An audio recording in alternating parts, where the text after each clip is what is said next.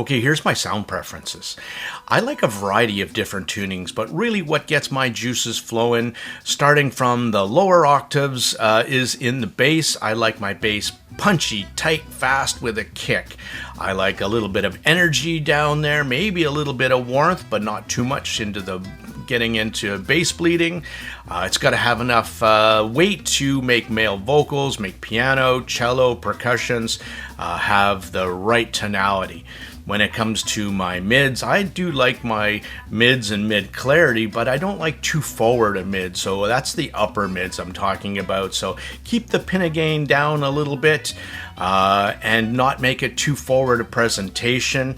And when it comes to the highs, I do like my sparkly highs. At my age, I'm probably losing a little bit of the high frequencies.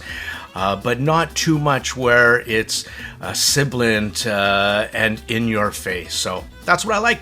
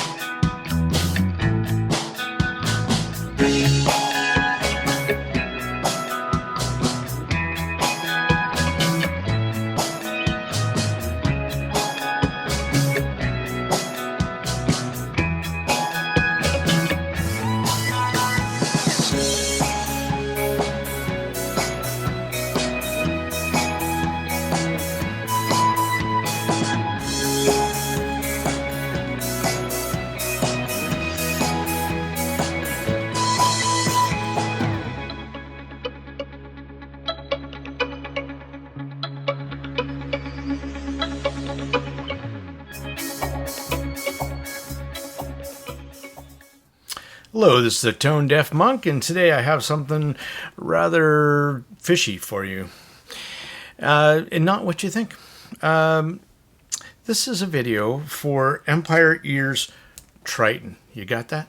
You pick up on that play right there? What a gorgeous I am. This is a latest tribrid from Empire Ears out of Atlanta, Georgia, of the US of A. It sports some interesting drivers, and first of all, before I get there, I want to reach out and say thank you to Andrew from Music Tech for providing a small discount on this personal purchase from a friend of mine, who then was so gracious enough to loan it to me. I wanted to hear this I am, and in comparison to the SZALAYI that I purchased in a comparison, because we were both talking about how we picked up a wonderful bass fi set. And I'll go into that in a bit. Nothing ever disappointed me from what I've listened to from Empire Ears, and this is no exception. Let us start off this video, and I'm going to break it down. I'm going to start off with a little bit about the Triton, and then I'm going to go into some track impressions, and later in this video I'm going to do a comparison against the ORIOLUS SZALAYI, another kind of bass fi classified IM, or at least that's how I do it. So let's start off with a little bit of a message from Jack Vang, who is the co-founder for Empire Ears. And this is what he has to say about the Triton. The Triton stands as a testament to our legacy of precision and innovation. Every facet of its design, both inside and out, is meticulously crafted to deliver a breathtaking, emotional listening experience. Our relentless pursuit of the extraordinary leaves no detail overlooked, making TRITON a truly class-defining in-ear monitor. Now, if you watched any of my videos, you know that I like reading some of the marketing speak, and what really has close to my heart is where manufacturers put the time and the effort into these releases, where it's not just a theme, it's everything done together. And in this case, they paired the cable with the IM and themed it all, and it's all very, very well done. So let's jump into this video, and I'm going to talk a little bit about what comes with it, because I think that does play a little bit of a part. So firstly, they have this very thick cotton woven cable.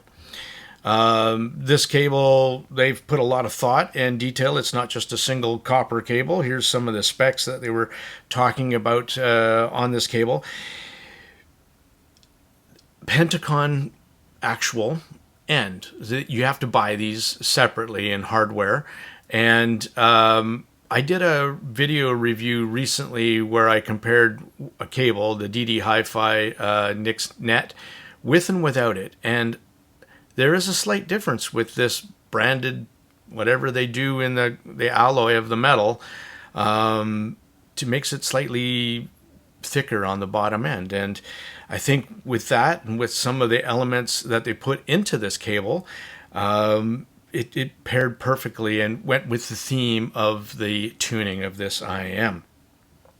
Some of the things I will jump into about this cable, though, what stood out for me was just the details. Again, the TRITON on one side, Empire ears on the other. This is the splitter here. Again, the Pentagon 4.4 only. And the ends also say Empire ears. But again, three things I'd like to see Empire ears improve upon. If you're using this, maybe finish that off a little bit nicer inside and use some black heat shrink instead of the clear would look better. Same as the ear hooks. If you just put black on here instead of the transparent, it would look better. And stop using recessed 2-pin terminations for an IM that has a flush 2-pin on it. So that was my only comment about that cable. And the case that it comes with, it is this giant puck style zip in the middle case. Absolutely stunning. Again, themed blue with the IM blue-green. And big enough to support that really big cable and these IMs. Speaking of the TRITON, stunning top plates. The bottoms are all black. They're all resin. They're fairly large on the large side, deep-wise and, I guess, circumference. Short nozzles. So again, if I mentioned this, if you have smaller ears, this might be an issue. And then the shorter nozzle which is kind of interesting, it's two very small little vents out of the nozzle. The back of the IM has 3 vents, and again, Empire Ears talks about how meticulous they are with the venting and the tuning of this, and I do think that's the case. Inside of here sports a tribrid of drivers.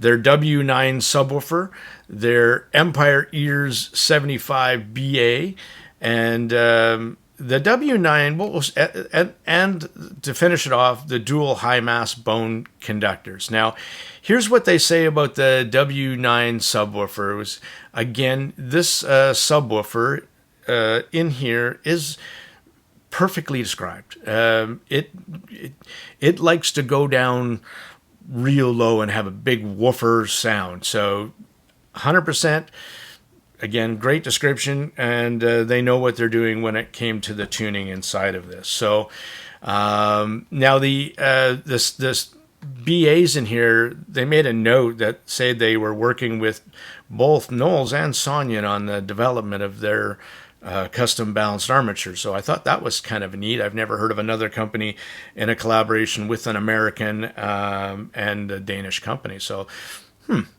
And then the dual high mass bone conductors. Again, I've heard these particular before, and they do indeed add some special sauce into the mix. So that is in a nutshell. Here's a couple crazy close-up pictures too of this absolutely stunning IAM. Very cool. The sound signature of the Triton. And start with the bass-fi statement. For me, that's a Bassy first, high fidelity IAM later. So everything is in a supportive role to the bottom end. And definitely in this case, what I would describe it, it has a very, here's a graph of the Trident. As you can see, it is definitely geared into the lower octaves portion. It's very well equipped. The bass curve is nicely bleeding down into the lower mids, and we will talk about that. And the upper mids and treble are, in relative to the bass for sure, are quite relaxed. So, and that's kind of how this whole IAM comes across. It's very bassy, it's warm, it's lush, makes no apologies for being such a warmer, comfier, easy to listen to bassy IAM. That is the Triton in a pointy nutshell. The bass is deep, it is organic, and again, it sounds like a big subwoofer in a giant ported box. It can produce some nice mid bass and get punchy, and that's going to depend on the source. Now, that was interesting. I'll talk about sources in a bit. But let's start off with some track impressions, shall we? Some Purple Haze by Jimi Hendrix here. Trippy stage, absolutely. With the mixing, it keeps you center stage focused, but there's so much stuff going on around you. And again, that's the kind of 70s recordings. They're just really wicked fun, and the Triton really plays to that strengths as well. So a great listen, a lot of fun. What about You Ought to Know by Alanis Morissette, female vocals. On the right set, you should be able to kind of pick up her unique, grady voice that sometimes could sound like you're scraping sandpaper over a cheese grater. So in this case, the Trident is not like that. It's very thick and lush. And here, where I'm listening to the song for vocal tonality, you can tell that there's just a little bit too much energy down below into the bass bleed for an accurate playback for her vocals. That's not, they're colored in a great way, but that's probably not, if you were critically listening for correct timbre and tonality, you're going to pick up on that. If you're just listening for fun, that's exactly how this set comes across. There's quite a bit of warmth in down below and up top into the upper mids and the lower treble as well. So now, and going back to just for a second to this cable. And the elements that they mixed into this cable, it adds some warmth and thickness. So for me, I found a better pairing into the Effect Audio Cadmus 2 cable, kind of thinned out the lower mids a bit and brightened it up on the top end. For me, that was a good pairing. And to talk about one thing that was a con for me on this set was not so much. At the beginning it was, let's put it that way, on my journey, that I'd get a bit of driver pressure. And I find that does occur more than any other kind or any other IM that doesn't have bone conduction drivers. I find that the Empire Ears bone conduction drivers always had a little bit of ear pressure for me. And when I started off with the pen and liquor tips, I switched over to the Divinus ear tips, and that alleviated the buildup of pressure. So was a non-issue for me, but I thought I'd mention that as well on my journey.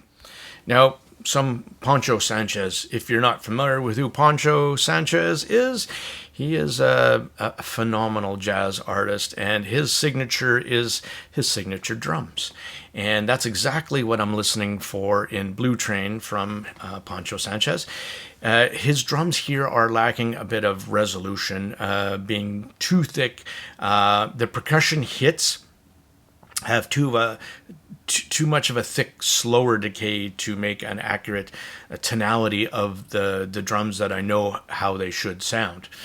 And here I'm critically listening. So this is different than just putting these on and enjoying it.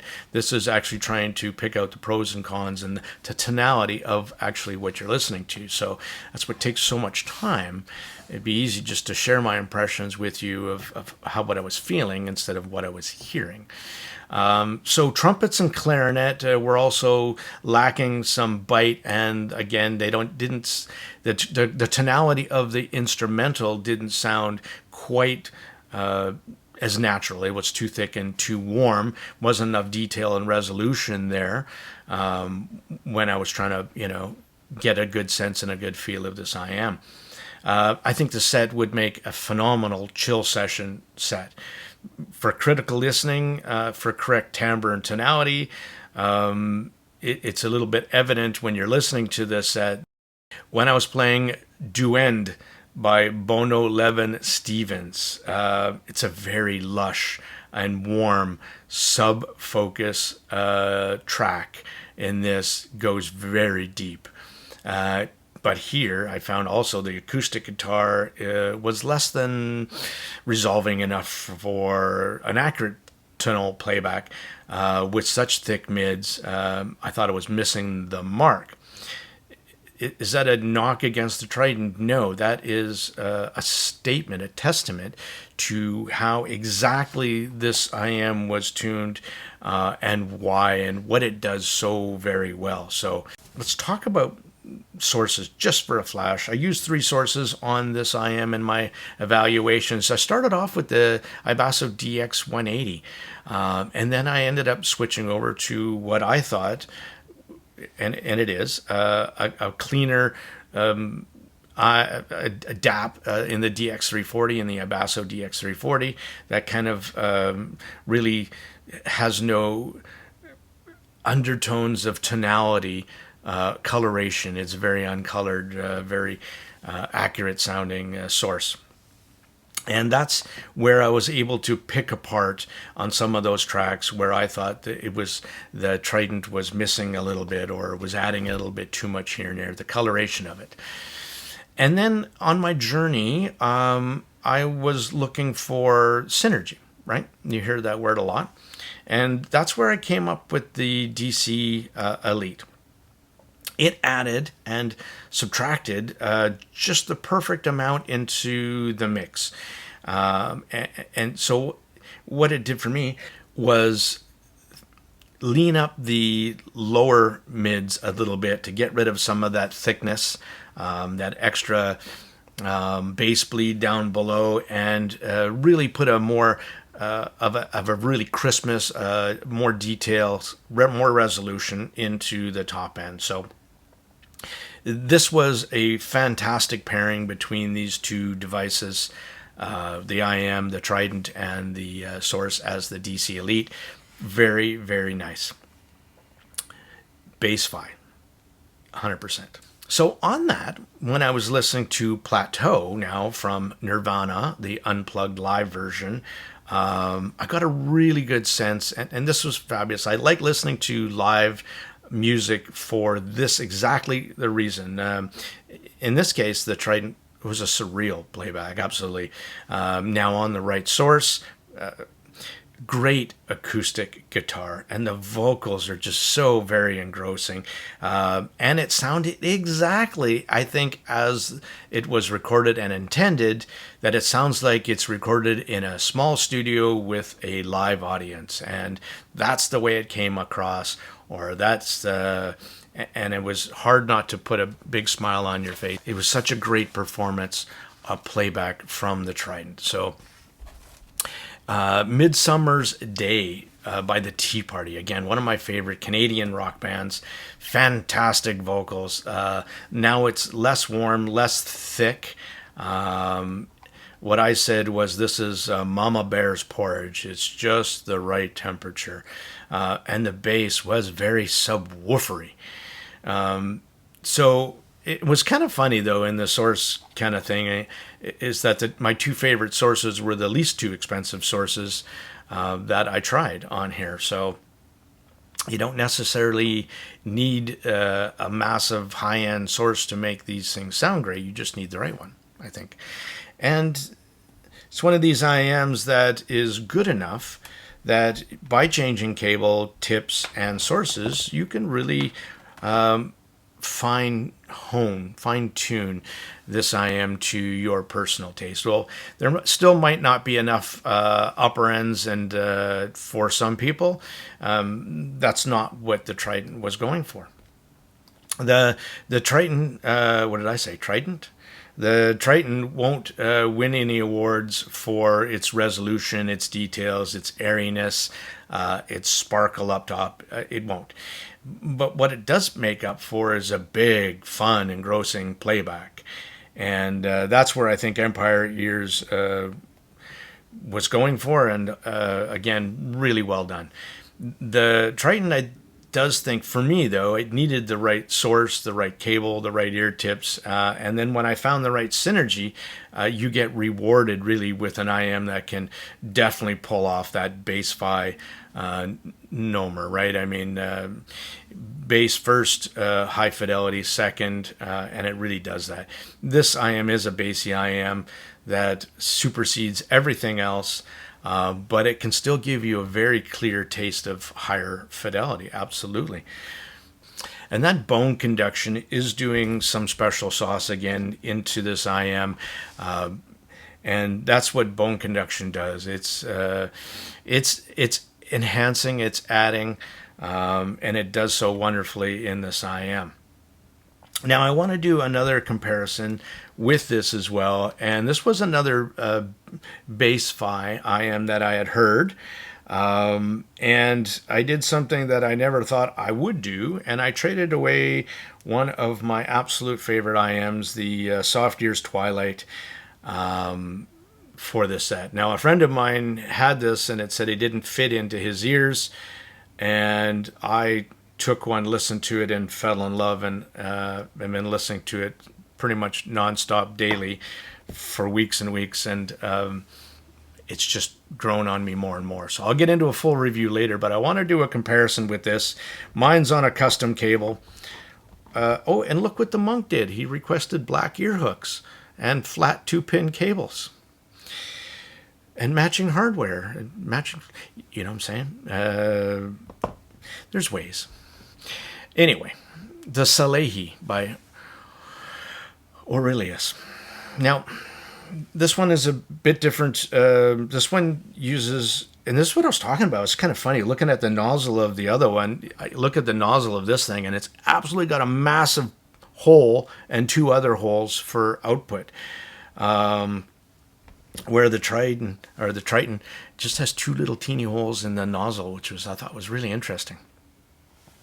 So punching up a graph of these two, and it's kind of funny, is I didn't really graph the TRITON until after I wrote up my notes and ready to do my review, and then I kind of looked it up, and in the TRITON, it does kind of make sense that it does follow the graph. You could actually get a pretty good sense of how it sounds by looking at a graph, where I think the SZALAYI, not at all.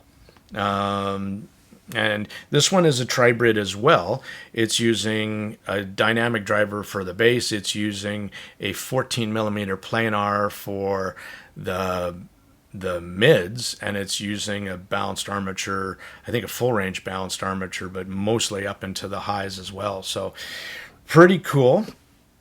And you can see by the graph that though the bass shelf is almost identical, where the SZALAYI is different is into the upper mids and that treble and treble extension. And this is where the sonic differences between these two. This is an $800 one versus an $1,800 one. And two different concepts of tuning, right? Where I think the Triton really was going for a bassy, lush, thicker mids, thicker everything, and a very relaxed IM. The SZALAYI was going for big bass, but also fantastic clarity, tonality, and timbre with the planar drivers playing to its strengths, and the BA doing the top end. So the SZALAYI comes across as, in the bass department, much faster and punchier, and the Triton comes across as much more subwoofery, lower, deeper, with less probably definition and texture into the bass. The Triton has much thicker, warmer mids and top end, really, where the SZALAYI had a more natural tonality, better clarity, resolution, and details. The Triton also had the more kind of relaxed top end for me as well. Well, and it was kind of funny. Well, both offer very holographic stage. The SZALAYI does that with more layering and depth and 3D effect.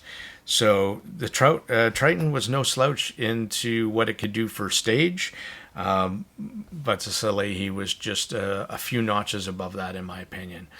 The bass overall for me between the two was kind of... If you like subwoofer-like bass, then you would go to the Triton. If you like faster, punchier, more textured bass, a little bit faster decay, then that is the SZALAYI for you. So both are winners. Just which flavor do you prefer, right?